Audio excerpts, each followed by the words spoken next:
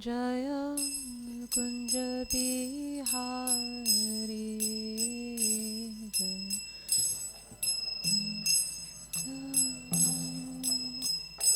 Jaya Kunja Bihari Jaya Radha Madhava Jaya Kunja Bihari Jaya Radha Madhava Jaya Kunja Bihari Jaya Gopi Janavallabha Jaya Girivaradhari Jaya Girivaradhari Jaya Gopi Janavallabha Jaya Girivaradhari Jaya Girivaradhari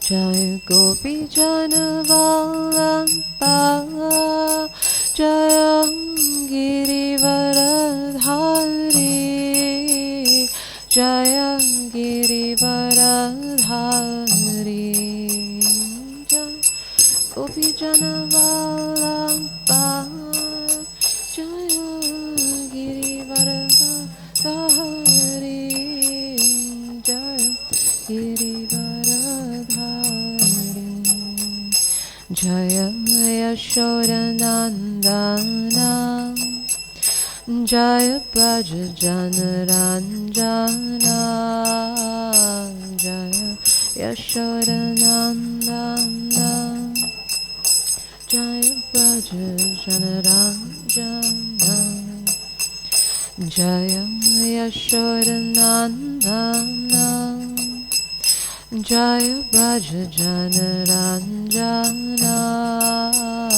Jaya Yashodanandana Jaya Braja Janaranjana Jaya Yamuna Tiravanachari Jaya Kunja Bihari Jaya Kunja Bihari Jaya Yamuna Tiravanachari Jaya Kunja Bihari Jaya Kunja Bihari Jaya Yamuna Tiravanachari Jaya Kunja Bihari Jaya Kunja Bihari Jaya Yamuna Tiravanachari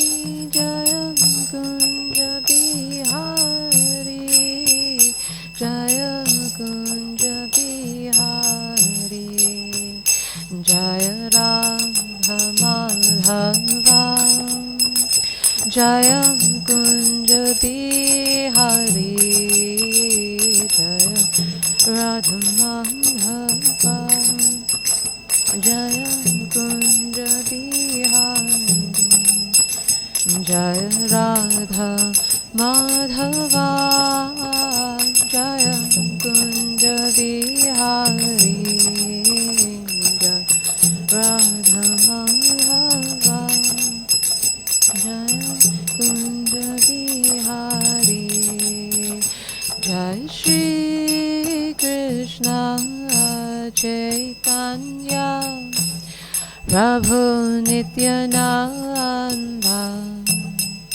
Shri Advaita Gadadhar Shri Vasari Gaura Bhakta Vrinda Jai Shri Krishna Chaitanya Prabhu Nityananda Shri Advaita Gadadhar Shri Vasari Gaura Bhakta Vrinda Hare Krishna Krishna Krishna Krishna Hare Hare Hare Rama Hare Rama Rama Rama Hare Hare Hare Krishna Krishna Krishna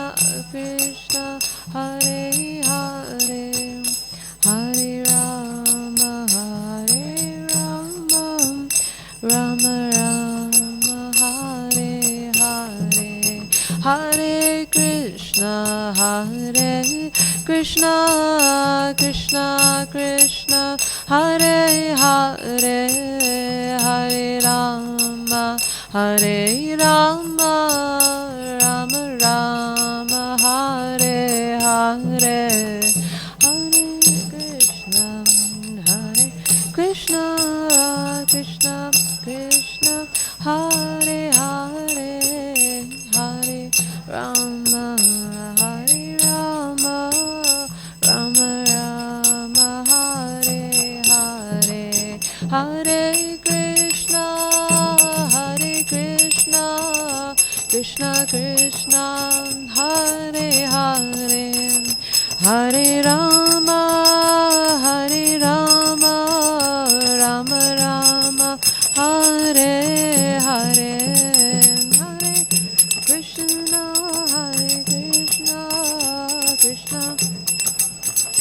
Hare Hare Hare Rama Rama Rama Hare Hare Hare Krishna Krishna Krishna Hare Hare Hare Rama Rama Rama Hare Hare Hare Krishna Krishna Krishna Hare Hare Hare Rama Rama Rama Nitai Gaura Hari Bol Nitai Gaura Hari Bol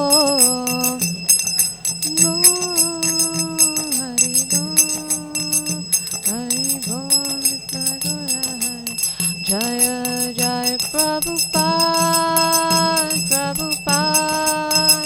Jaya Jaya Prabhupada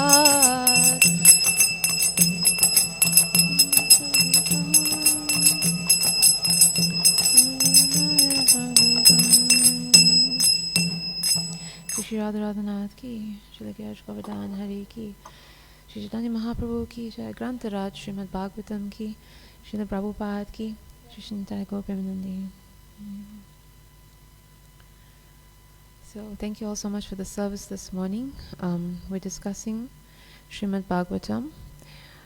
This is chapter 20 and we're reading text 16. This chapter is titled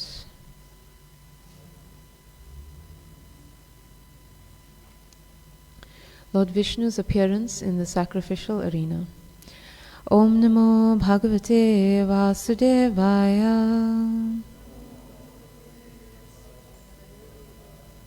Om Namo Bhagavate Vasudevaya.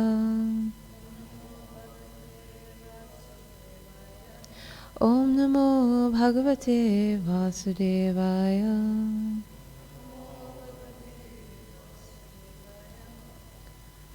So text 16.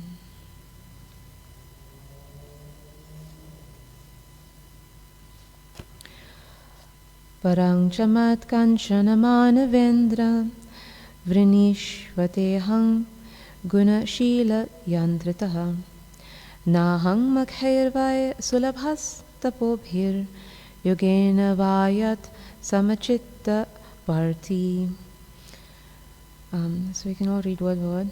Parang cha mat kanchana manavendra Vrinishva te hang guna shila yantritaha nahang makher vai sulabhas tapobhir yogena va yat sama chitta varti varang chamat kanchana manavendra vrinishvateham gunashila yantritaha nahang makhervai sulabhastapobhir yogena vayat samachitta varti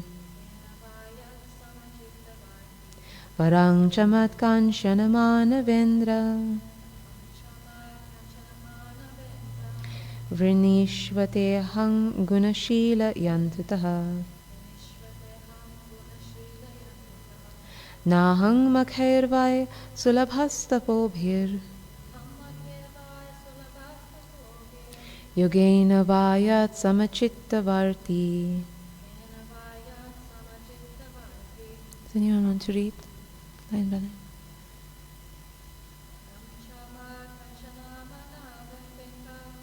Varang chamat kanchana manavendra vrinishvateham gunashila yantritaha nahang makhervai sulabhastapobhir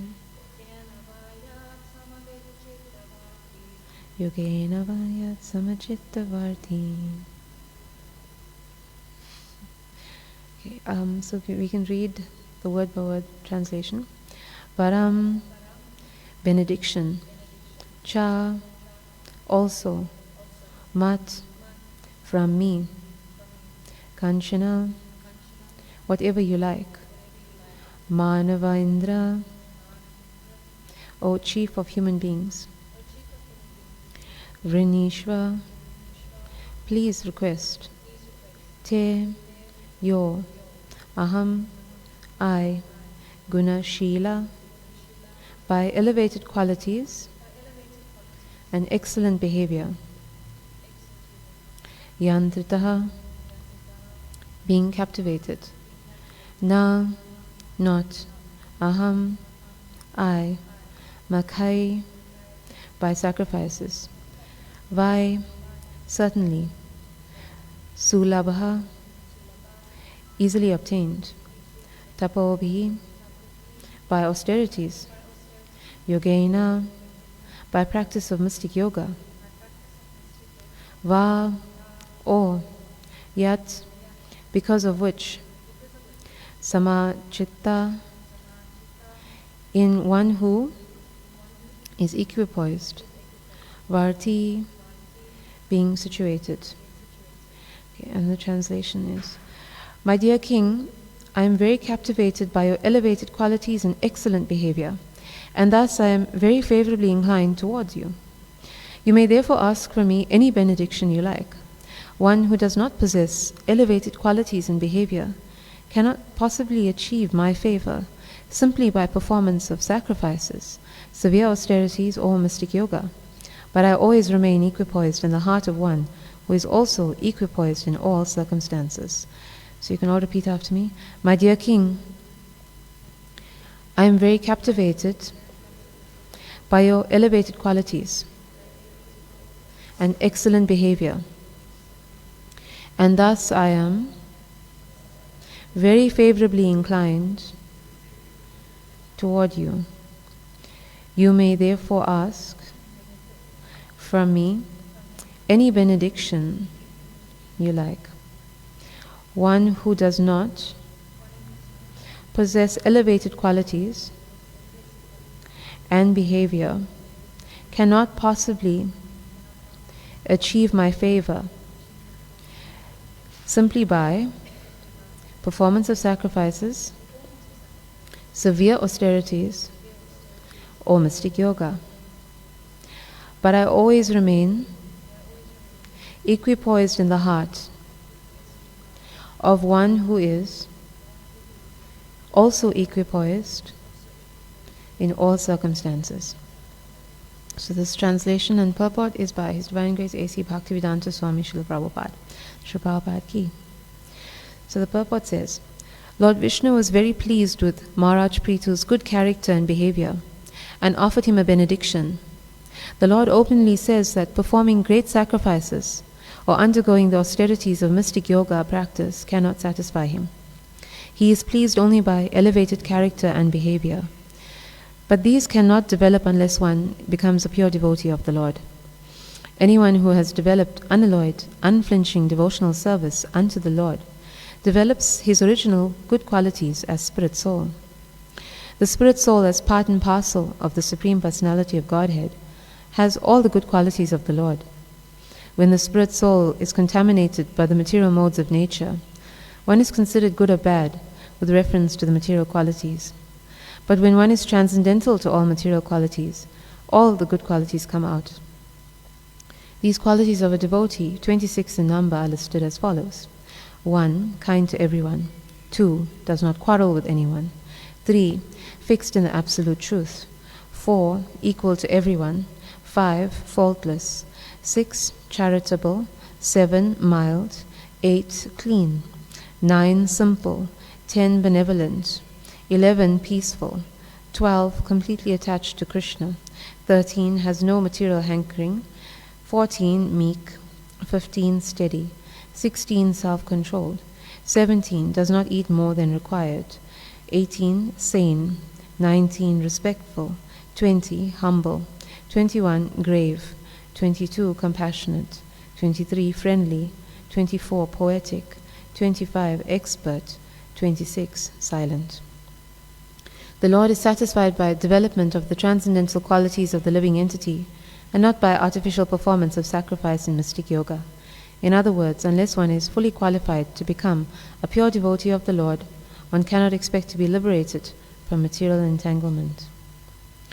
Om Jnanatimirandasya Gnananashalakaya Chakshuranmilitam Yena Tasmai Shri Gurave Namaha Shri Chaitanya Manobhishtam Stapitam Yena Bhutale Swayam Rupa Kadamahyam Dadati Swapadantikam Nama Om Vishnu Padaya Krishna Prestaya Bhutale Srimate Bhaktivedanta Swami Niti Namine Namaste Saraswati Deve Gauravani Pracharine Nirvishesha Shunyavari Paschati Deshtarine Jai Shri Krishna Chaitanya Prabhu Nityananda Shri Advaita Gadadhar Shivasani Gaura Bhakta Vrinda Hare Krishna Krishna Krishna Hare Hare Hare Rama Rama Rama Hare Hare Vanchakapatarubhyascha Kripasindhavya Evacha Patitanam Pavanebhyo Vaishnavebhyo Namo Namaha.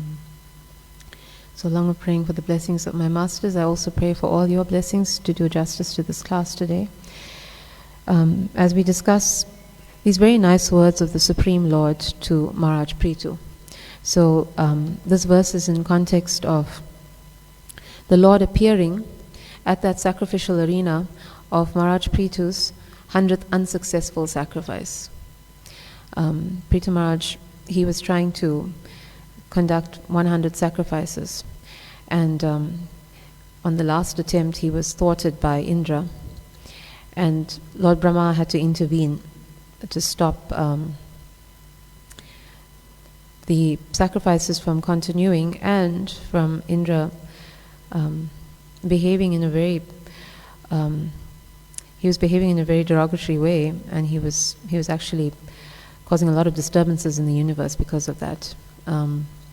So Lord Brahma actually appealed to Maharaj Prithu, and Maharaj Prithu showed his his wonderful devotional character by stopping his pursuit of these sacrifices, because he had the resources, he had the time, he had the support of the brahmanas, of his son and other family members who were trying to restrain Indra.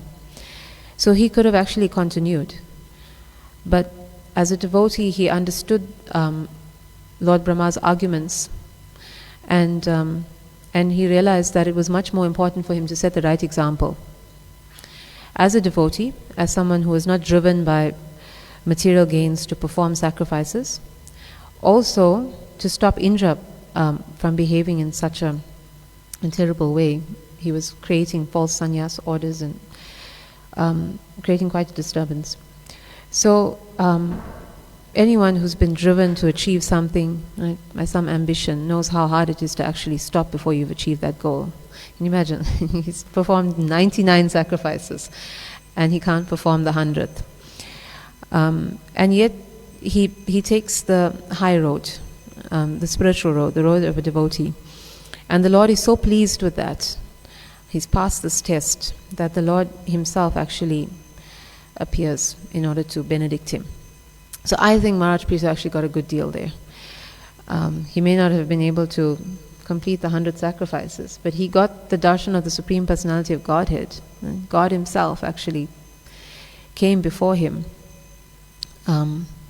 So Maharaj Prithu's example is more than just doing good. He was actually doing good as a devotee. He was on the level of transcendental goodness. This is more than just being moral. And we say this because when one is on the level of transcendental goodness, we aren't doing goodness for goodness sake. We're doing goodness because it's pleasing to the Lord. It's because we're thinking of Him. We're trying to please Him. We're trying to make Him happy. We're making that goodness personal, related to Him. And this is what made the Lord actually appear in front of Maharaj Prithu. It was the fact that Maharaj Prithu was actually thinking about him. It's nice to be thought of, right? So it's nice that someone's doing something for you, something good for you, something good keeping you in mind. This is the mentality of a pure devotee. Everything that they do is an offering to Krishna. It's done for his pleasure. It's done to make him happy. It's done with consideration of him first. And this is what we gather from this appearance of the Lord in front of Prithu Maharaj. That it wasn't just because he did the right thing. He did the right thing as a devotee. He did the right thing because of thinking of the Lord and caring about how the Lord would feel about his actions. So the Lord reciprocates in this way because that's taking him into personal consideration. It's thinking about him as a person.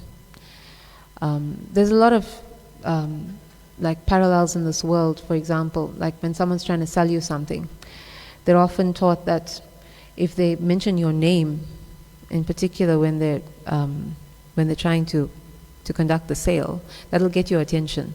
It's personal. It's more attention getting than saying Mr. or Miss. So you use someone's name, you get their attention.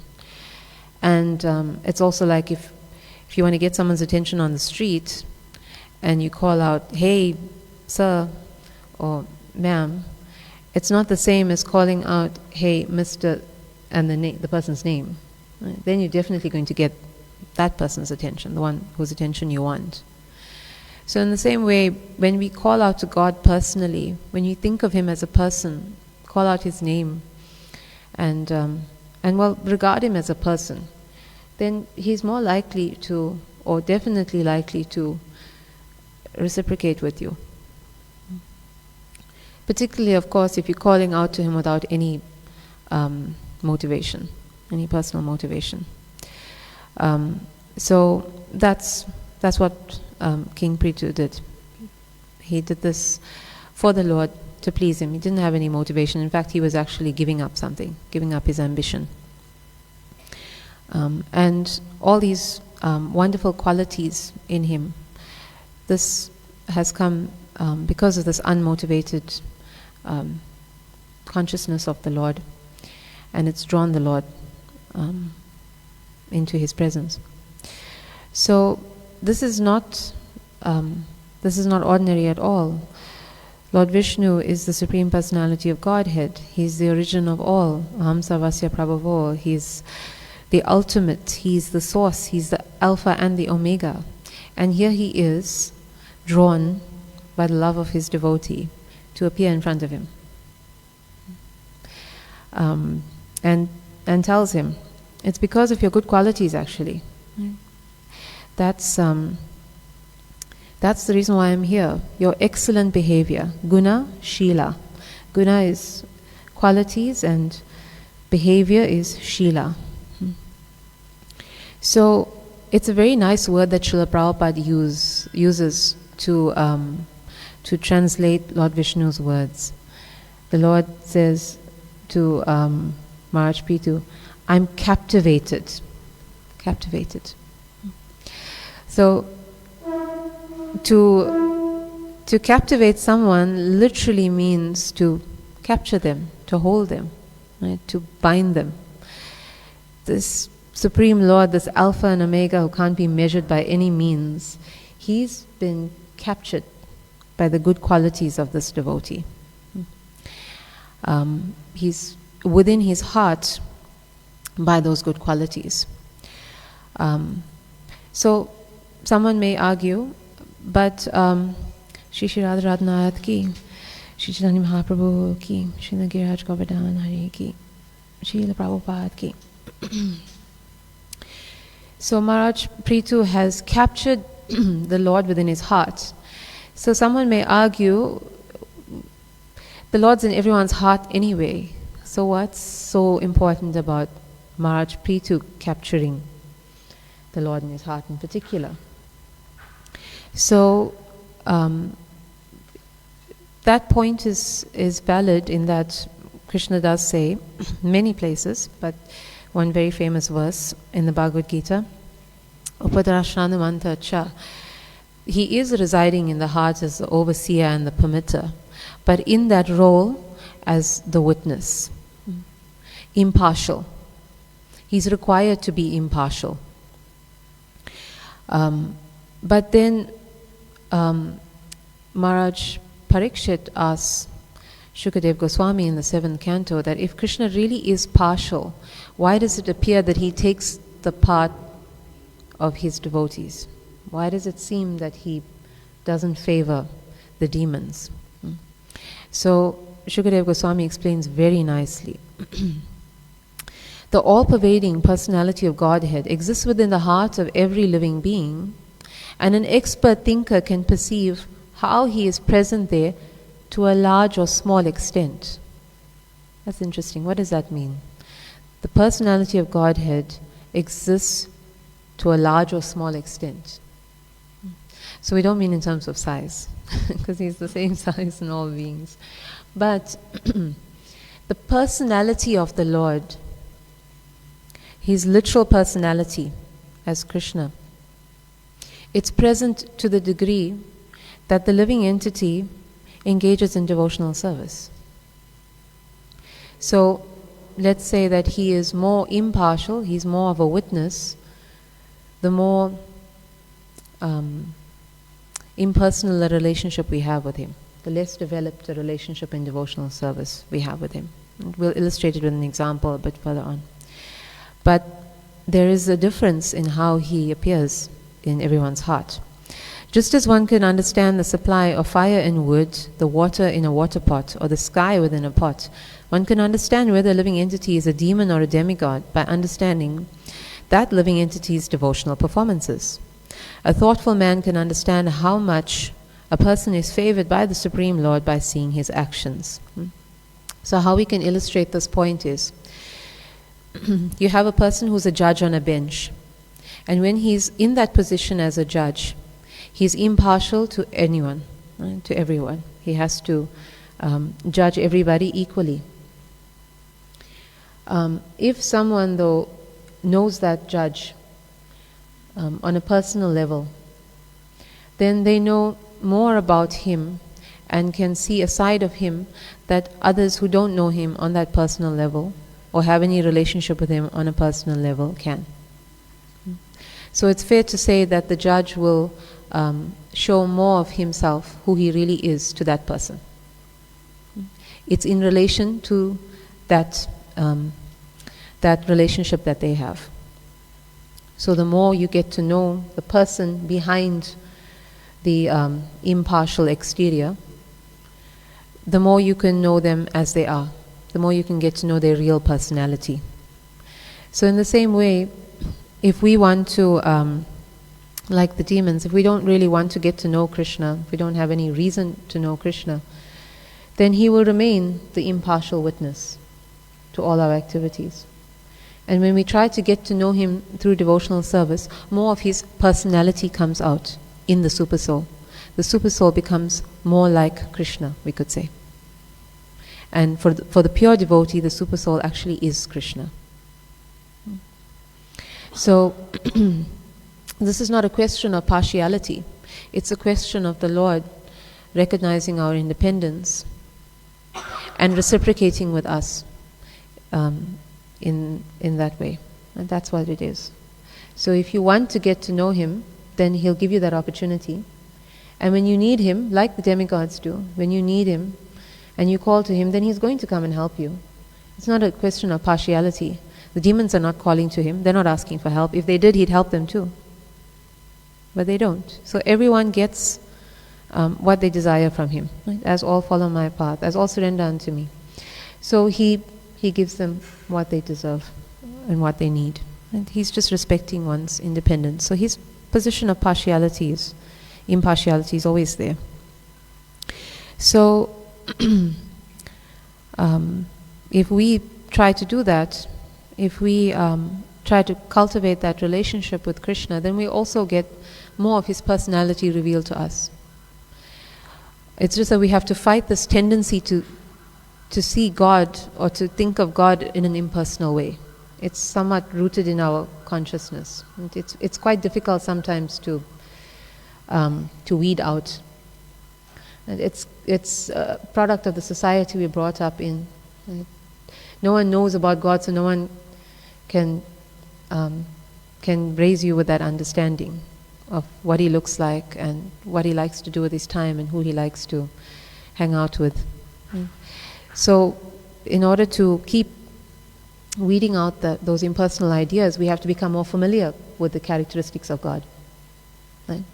How he likes to dress and what he likes to eat, and not in a sajya way, not in a pretense way, but in a way that we keep driving into our minds that he's a person. And we focus on his supreme form as a person. We can sometimes, even on the devotional path, forget that. There's an incident that I witnessed once that made me realize that. It happened to a very nice devotee who was dressing the Lord, but he was a little bit upset over something that happened during the day. So even though he was dressing the Lord, he was sort of complaining to himself about the incident and dressing the Lord. So I was trying not to pay attention to it, but he was very upset. And then afterwards, when he was doing Aarti, I actually had this thought in mind that, this is such a nice devotee, and when he serves his Guru Maharaj, he's always in such a good mood. I've never seen him in the mood like this, like where he's like, very upset. And the thought just vaguely just crossed my mind that, if he was in front of his Guru Maharaj, he wouldn't be saying these things because he's aware that his Guru is a person. But now he's in front of the deity and he's not in that consciousness that the deity is a person. So he did the Aarti afterwards, and as he was waving the chamara to his Guru's picture, knocks the picture off the altar. So it was almost driving the point home that we need to regard the Lord as a person. We can't make these mistakes. It's quite serious. And we're not going to be true to anyone else, actually, even our spiritual masters or anyone in devotional service, if we don't regard Krishna as a person. Right? It's very important. It's very, very important that we do that. We take these active steps, reminding ourselves all the time that he's a person. Talk to him as a person. Read about him as a person. Get to know him as a person. Serve him as a person. And keep driving that home. And then we can, and pray for mercy and grace to always see him as a person. And we'll get the blessings from our acharyas to be able to do that. So then Srila Prabhupada says that according to one's attitude, Krishna becomes one's direct advisor, or Krishna becomes unknown. So it's our attitude that decides it. This is not Krishna's partiality. It is his response to one's ability to understand him, your ability and your desire to understand him and to know him. According to one's receptiveness, whether one be a devata, asura, yaksha or rakshasa, Krishna's qualities proportionately exhibited. This proportionate exhibition of Krishna's power is misunderstood by less intelligent men to be Krishna's partiality. But actually, it is no such thing.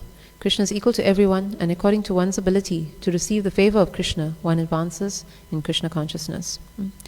So, in order for us to develop this mentality and to develop these qualities that has been highlighted in this verse, the important thing is engaging in devotional service. Devotional service is the most personal way to engage with the Lord, and all good qualities develop through that. Srila Prabhupada has emphasized this, that if you want to develop good qualities, you can only do it through devotional service.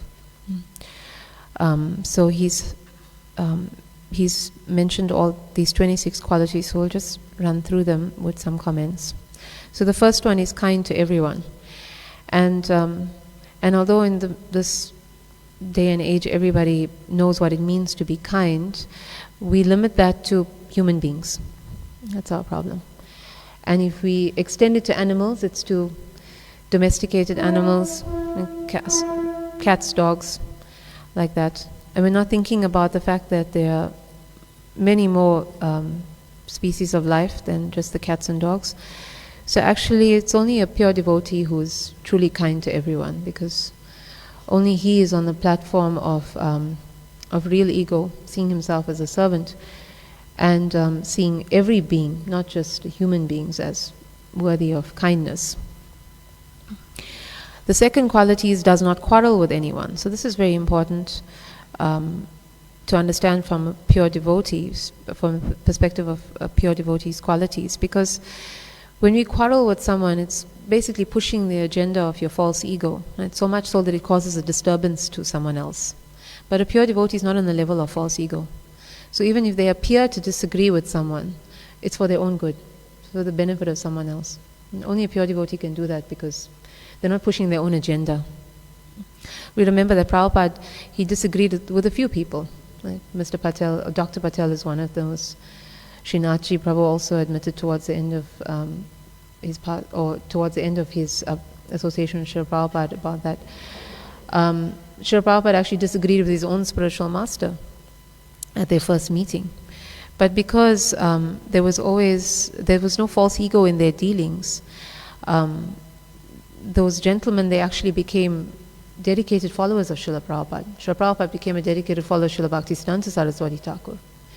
So a pure devotee definitely does not quarrel with anyone. It's not the same as when we disagree with someone in this world. Number 3 is fixed in the absolute truth. So everybody has an idea of what the truth is, but the truth is very relative. Right? We remember that fable about how a sage was standing at a crossroads, and then the criminal comes past and wants to know which way the person went. Does he tell the truth to the criminal, or does he lie, or does he just keep quiet and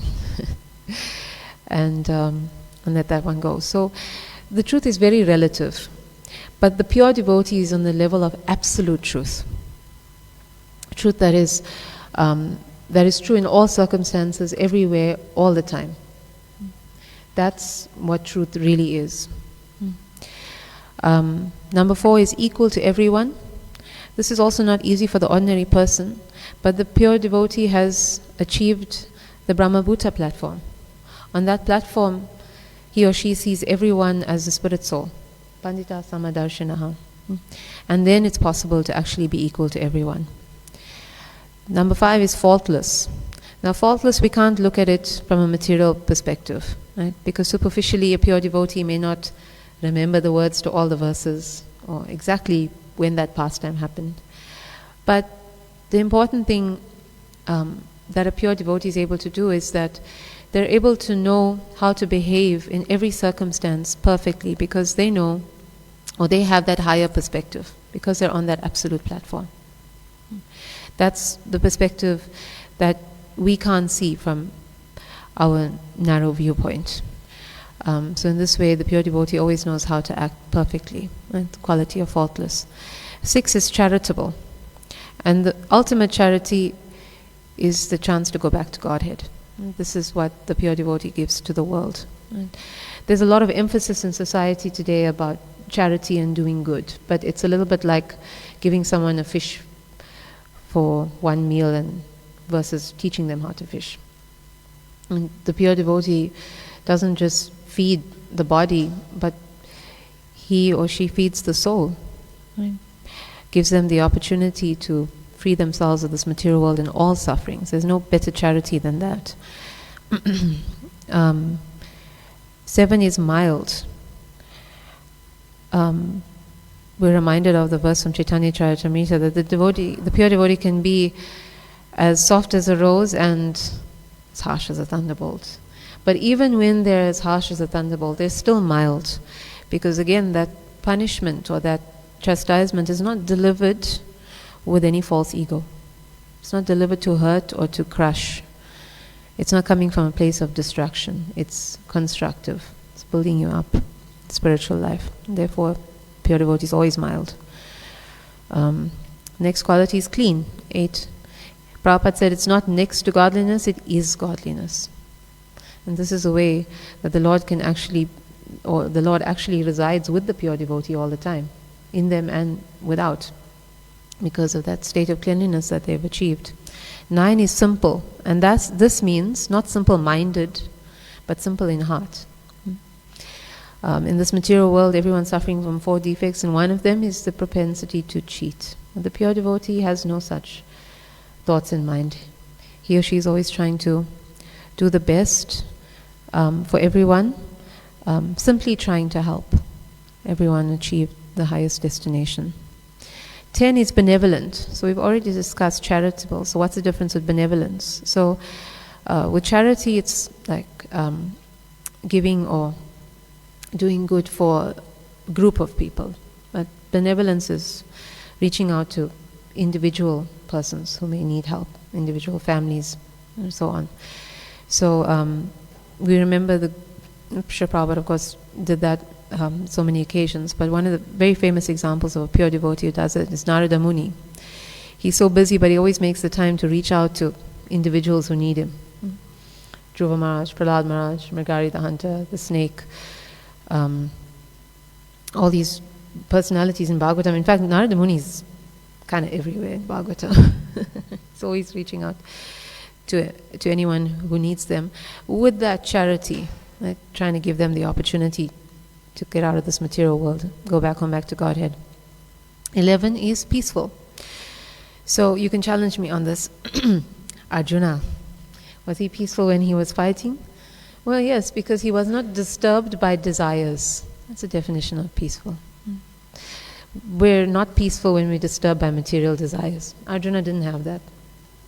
Even when he was fighting, he was completely peaceful and steady of mind.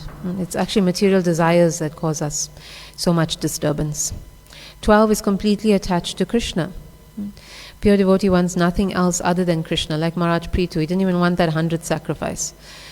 The problem is that if you want anything else other than Krishna, even if it's the smallest desire, you can't have Krishna. Krishna is all or nothing. So we have to work all those material desires out of our system first.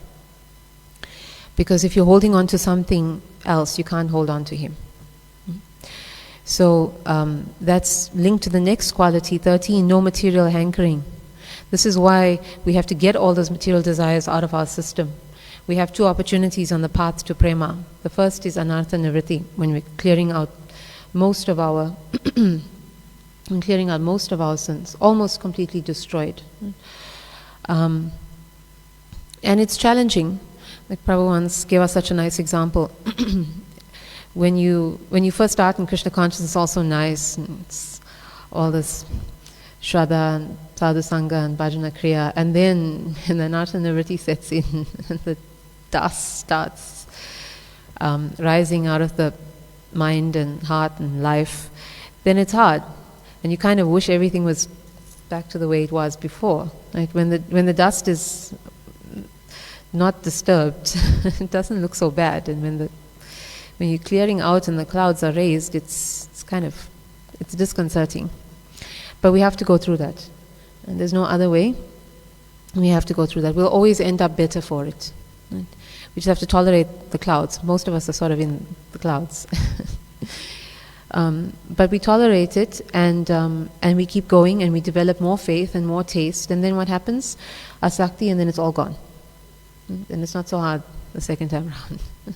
It's all gone, and then it's home free from there. So this material hankering is very important to overcome that. Number 14 is meek. Meek does not mean weak. We're not weak against Maya, and we're not weak against those who oppose devotional service. We're meek in that we understand our helpless position in the material world. We understand how dependent we are on the Supreme Personality of Godhead, and we always remain so, no matter how much advancement we appear to make in devotional service. 15 is steady. Steady is such an important characteristic. Right? There's such a nice analogy about how a rock is a very tough substance, and water is comparatively a very weak substance. Not in the torrents we've been seeing, but for water's dripping. But if that water steadily falls on the rock for years, then it'll wear that rock down. And that's the importance of steadiness. Wearing our anarthas down, and wearing our mind down, and wearing our false ego down with steady practice of devotional service. 16 is self-controlled. Right?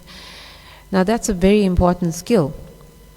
And Srila Rupa Goswami, he doesn't pull any punches. He comes out in the first verse of Nectar of Instruction. You have to become tolerant of the urges to speak, of the mind, of the actions of anger, the urges of the tongue, the belly and genitals. That's the basics of devotional service. Then you build up through the other verses to eventually attaining Srimati Radharani and Radhakund in verse 11. But you start off with the self-control. And no matter how much self-help gurus and other people that practice in these fields, how much they can promise you, they can't promise you this, because it's not so easy to achieve. And without devotional service, it's impossible. 17, related, does not eat more than required. It's like it's like you have to be self-controlled in 16, but then it's emphasized then, out of self-control, don't eat more than required.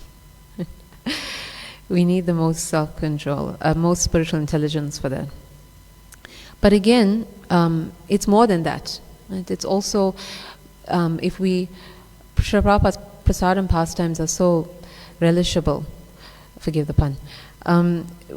It wasn't just knowing how much to eat. Prabhupada knew what to eat, how to prepare it, when to eat it, in what way to eat it. It's just so wonderful to read about his expertness or hear about his expertness in this way, about eating.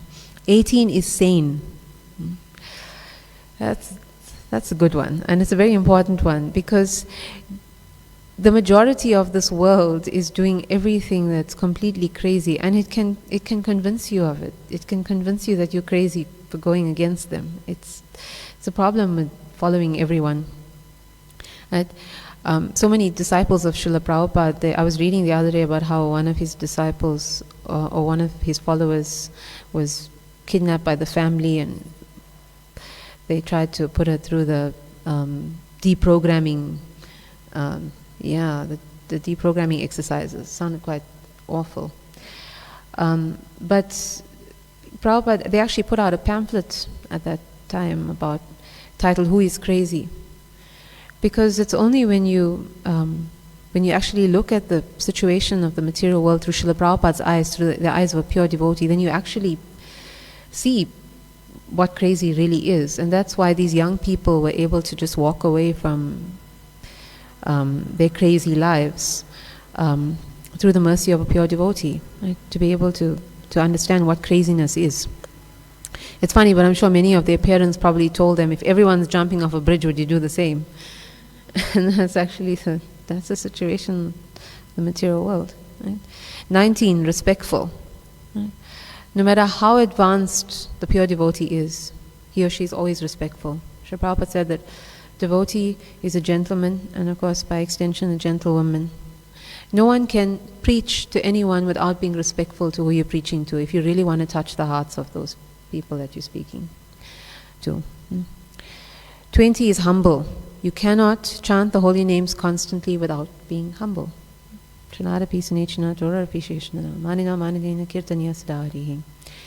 And 21 is grave.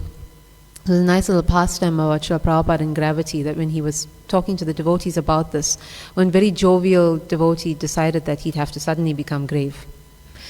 So he stopped being funny and smiling, and Srila Prabhupada remarked on it. Srila Prabhupada just laughed.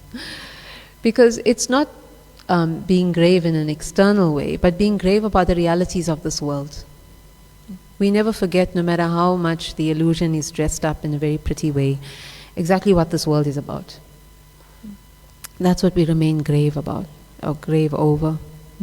22 is compassionate. And this is very important, because Krishna is chastising Arjuna about the so-called compassion, this misplaced compassion when we're concerned only about the dress of a person and not about doing something real and tangible for their soul. We, through our spiritual practices and extending ourselves to teach these spiritual practices, particularly, of course, chanting the holy name to others, that's the actual real compassion. That's the way to, just similar to the point about charity, that's the way to really help someone. 23, friendly. So this is also a nice point, because Krishna uses this word friend a lot in Bhagavad Gita. Sanskrit is such a wonderful language, though. We have friend in one context, but we have to use the same word in so many different ways. But in Sanskrit, there's 3 words for friend. So Srila Prabhupada explains in a class on Bhagavad Gita what these 3 words mean. So a real friend is suhrit. Suhrit. This is the translation of this word, friendly. And then you have the word mitra, that's like a social friendship. And bandhu, official friendship. So when Krishna speaks to us, like these 3 words, suhrit, intimate, deep friendship, mitra, which is the social friendship, and bandhu, the official friendship. Krishna uses the word suhrit throughout Bhagavad Gita. He's your dearmost friend. He's your deepest friend. He's your real friend. Prabhupada says, your sincere friend.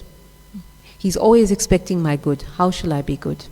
So the pure devotee, he is, of course, he's developed the same qualities as the Lord, so he's also the dearest friend of everyone. 24 is poetic. Not only do pure devotees literally write poetry, but the way they express the philosophy of spiritual life, it's really beautiful to listen to. It's very expressive. It's like how Srila Prabhupada says that Srimati Radharani's cooking, it's not just the taste that's good, it's also the smell, it's also the presentation. So in the same way, it's not just the philosophy that's beautiful, Krishna's words that are beautiful, but the way that the devotee presents that, the poetry that they speak. 25 is expert. And this also superficially doesn't mean just being good at everything, although when we look at Prabhupada's pastimes, he's pretty much good at everything. But the devotee is expert at doing everything for Krishna. He sees Krishna in everything. He or she sees Krishna in everything and sees the way to do everything for Krishna. And 26, silent. This is a good one. Because Prabhupada was probably never silent, even in his meditations on the Lord. But they know what's worth talking about. That's the importance. They don't waste a single moment in anything else. There's other ways we can apply that. The pure devotee may be silent in the context of not preaching to the faithless. We remember that. 9th offense to the holy name. Also, you have to be silent in order to hear. So pure devotee being a good listener, he's quiet at those times, and also sometimes in his meditations on the Lord. But it's not just the kind of silence that we think of in the material context. Right? It's a very different kind of silence. So Krishna says that these qualities are moving him. He's not moved by yagyas, by austerity, by sacrifices. He originated sacrifices. Who can impress him when he's Yagyeshwar? Right? Tapas, austerities, he's Narayan Rishi. He's performed the most extraordinary austerities. Nobody's going to top him there. Right? And mystic powers, he's Yogeshwar. He's the master of all mystic powers. We get impressed by these things because we don't have those abilities, but he already has those abilities. What he doesn't have is devotion to himself. And when you get or develop your devotion to the Lord, you develop the qualities that move him. And that's what we should be aiming for. So thank you all so much for your kind attention. Srimad Bhagavatam ki, Srila Prabhupada ki. Any questions or comments? Raghunath Prabhu?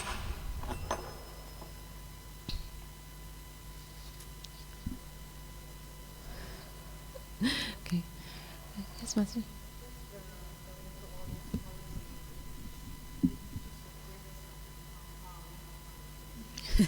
Yeah.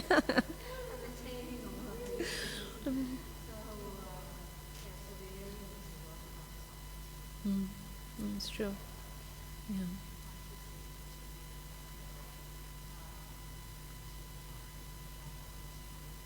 Yeah.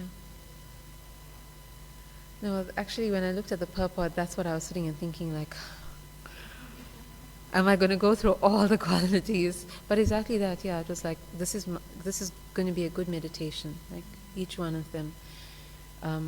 It was so nice to look through Srila Prabhupada's writings and see the way we can actually understand these qualities better and, yeah, set course in achieving them. Thank you, Master. Any other questions or comments? Thank you.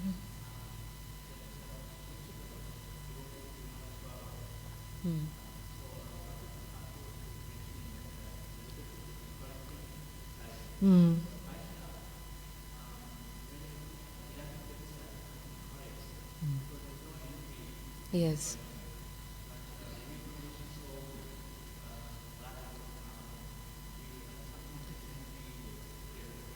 Yes.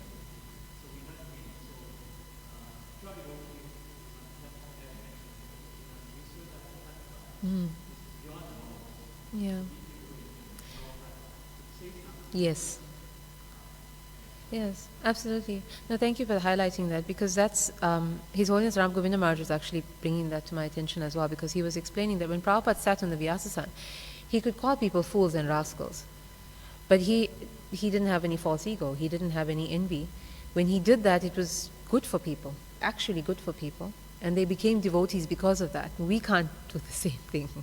We don't have that ability, and if we've noticed that, the kind of tone, the way we preach these days is different, because we just don't have that ability. We're not the acharya.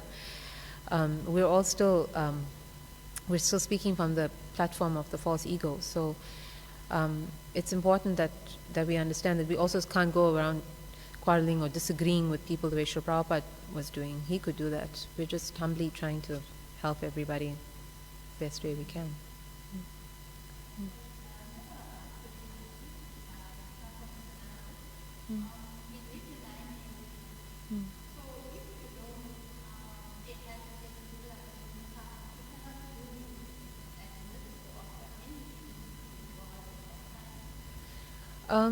So what we offer is according to the rules of scripture, because there are some offerings that we can make and offerings that we can't make, because when we try to, we're not yet on the transcendental level, but at least we must aim for the level of goodness. So there are offerings we make in the mode of goodness, so that these are more appropriate to offer to God. And then of course when we offer with love, then yes, that will be reciprocated. Okay. Any other questions or comments? Okay, thank you so much. Hare Krishna.